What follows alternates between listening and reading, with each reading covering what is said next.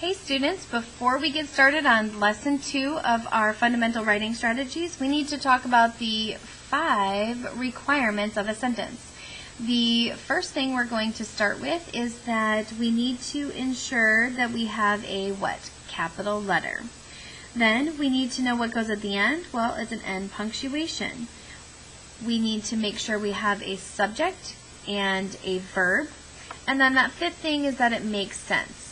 So when we're doing those 5 things, we need to think capital letter, end punctuation, subject, verb, does it make sense? If we have those 5 things for a sentence, we know for a fact that we have created a complete sentence. Okay, so last lesson you learned about the 5 things that you must include in a complete sentence. Today we will build on that learning. You will begin learning about a strategy for writing simple sentences and check them to make sure that they are complete. This is an important strategy for you to learn because it will help you write complete sentences. You will need to know how to do this before we can move on to writing more complex sentences. Today, just like yesterday or the last lesson, you will need to listen, take notes, and actively think about what's in the discussion. You will also need to complete some lessons at the end of the video. Today, you will begin using a strategy called the PENS strategy to write a variety of simple sentences like the ones we talked about before. Once you have mastered simple sentences, you will learn how to use the same strategy to write more complicated sentences like the sentences people need to write in a high school or college classes, or even possibly employment emails. So the PENS strategy has 4 steps. Up here you see the PENS strategy. It's got 4 steps, 1 for each letter of the word PENS. So in the first step, you are going to pick a formula. Since you only are going to know the one formula for now, picking the formula will be easy. You will pick the SV formula. Very soon you will know several more formulas. When you know several, you can begin picking from the variety of them. Next, you will explore the words to fit the formula. So this means that you will think about the words that you will use for the subject and the verb in your sentence. So what kind of words could you pick for a subject? Well, we talked about nouns last time. That's a person or people, places, things, qualities, or ideas that you can pick from. In your notebook, you also have the noun bank. So you can talk about a house, a dog, a cat, a class, whatever it is you are talking about. If you are in civics class, you could be asked about the judicial branch of the government, so your subject could be the judicial branch. It's a noun. You just need to make sure that you have a noun. So today I actually think I'm going to write about my dog. So exploring the words my dog, I'm going to pick that they bark pretty loud. They're Labrador Retriever, so they do bark pretty loud. So my subject is my dog, and what does my dog do? Well, it can bark. So that's something that, remember, we're talking about a physical or mental action. The physical action, I can actually see and hear my dog bark, so it's a physical action or a body action. But if I were to say my dog thinks I'm stupid, then thinking would be something that happens in its brain, and I can't see it, but I know it's an action that's happening. So remember to choose either a body action or a mind action. So I'm going to actually choose that my dog barks. And so now I'm ready to go to the next step because I have completed the exploring the words. So now I'm ready for that 3rd step, which is to note the words. This means that I choose the words to write about, and I'm going to actually put them down on paper. So as I write the sentence of a subject and a verb word, I also need to be careful to include in my sentence a capital letter and end punctuation. Because again, the 5 requirements to a sentence, I need to make sure that I have those. So okay, I'll write a sentence that includes 2 words that we have chosen, and as I write them, I take care to start my sentence with a capital letter and end it with one type of end punctuation. Let's think about the 2 words I've chosen for a minute. What other words can I add to these words to make to have the sentence make sense? Well, I could say my dog barks loudly. So that would be a true statement, and it would also allow me to complete my thought so somebody can understand. So what punctuation could I put at the end? Well, most likely I could just put a period. I'm not too excited about it, and I'm not asking a question because I do know that my dog barks loudly, so I'm going to use a period. So I'm going to go ahead and note my sentence. My dog barks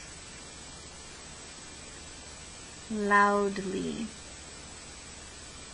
Okay, so I wanted to make sure I had a capital letter, and it needs to be bigger than the rest. You need to be able to tell that it has a capital letter, and then I did add the punctuation that we talked about. So now, real quick, let's go back to the sheet. I've created the pen part, but I need to do the search and check. So the notes that you're going to have are about the search and check section. So now that we've completed the pen strategy, or at least got to the S part, now I need to work on the rest of it, the search and check. So I'm going to introduce to you the search and check option. And remember, this step is used to check whether you have a complete sentence that fits the sentence formula that you chose.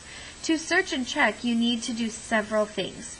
Your whole purpose is to search through the sentence and check whether it meets the 5 requirements for a complete sentence. Today, I'm going to show you how to do 3 parts of the search and check step.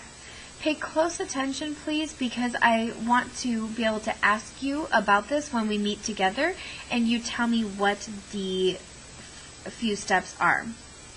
So on the first one, on your notes, you're going to see that I have the Lesson 2 guided notes. It's called the MARK strategy. This M portion we are not going to do for now. I'm not teaching that right now. I just want to keep it simple. So I'm technically going to do the ARC.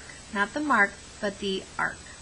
So the first thing that we're going to talk about is, let me get my other sheet here. See how I left the M blank for you? Isn't that nice? Okay, so here I have the search and check step. So the first part is that I'm going to ask, is there a verb? Now if you are looking at your notes, you need to fill in the part. It says, ask, is there a, well, you need to put verb. You need to ask, is there a verb? So when you're looking at the sentence, after you've written it and you've done the search and check, you are simply taking a look at the sentence.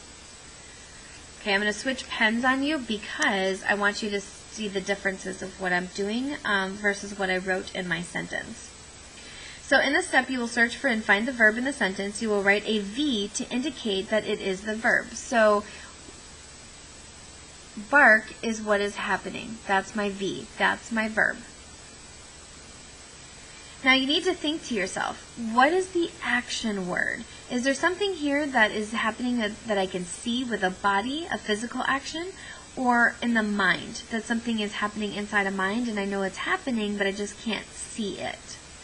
So bark is something that you can see and hear, so I went ahead and put the V above bark. Now, in the second step of search and check, you are going to root out or search for and find the subject. So going back to your notes, okay, here you have a root out the, well, if I open up my R, I'm going to root out the subject. So I'm going to go ahead and fill that in. Root out the subject. Now, to do this, you have to ask yourself who or what question. Now, you are not going to fill this part in because that is a fill in the blank. It's kind of like whatever verb you have picked, you can ask who or what is doing that. So please do not fill that part in. So you have to answer the question, who or what is doing something. The answer to that question is the subject of the sentence. So when you find the subject, who or what is barking, I would say it's dog. So I'm going to write an S above my subject. Okay, let's see how this works for the sentence. So I did ask, is there something happening? Yes, it's a bark. Who or what is doing the barking? The dog. So you notice I did put the V and the S, and I filled in my notes. I want you to make sure that you do the same. Okay, so the last thing that you're going to need to do in a search and check is the key in on, I'm going to move this up so you can see, you need to key in on the beginning. Make sure you are filling in your notes so they can go in your notebook. So key in on the beginning. You're also going to need to key in on the ending.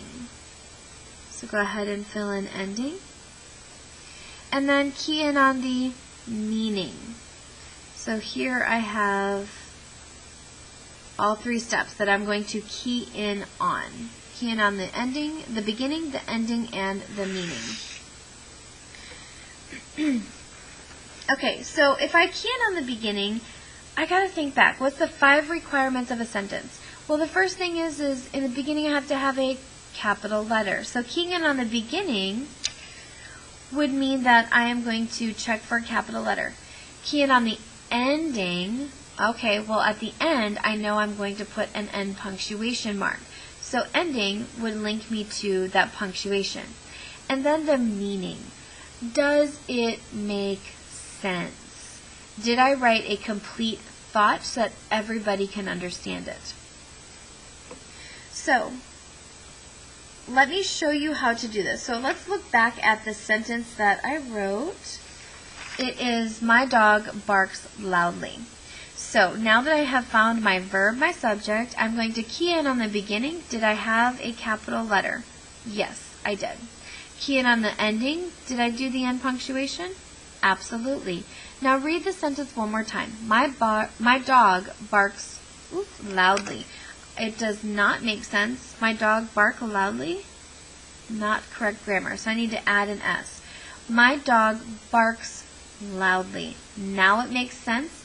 And now I have completed my mark strategy where I've completed the A, the R, and the K. Okay, so we've seen that there are 4 steps to writing a sentence. They are called the PEN strategy. Now, after I complete this part and I get to the search and check, I am going to move into this part of it. I'm going to move into the search and check where I'm going to mark it. I'm going to ask, is there a verb? Then I'm going to root out the subject, asking who or what did the action, the verb. And then I'm going to key in on the beginning, the ending, and the meaning. So I want you, it's easy to remember because when you are writing something, you are usually using a pen. So you're going to have to use the PEN strategy. And last, after you've written something, you normally are marking on a sheet of paper. So I want you to go ahead and mark on that sheet of paper the identification of these things. Alright, so when you come to me, I want you to be able to name them. So if you need to pause the video and go over it in your head. What does the PEN strategy mean? What does the mark strategy mean for the A, the R, the K? I want you to be able to list those to me when you come over to me without having too much of a struggle. We'll continue to go over it, but I want you to know them pretty well.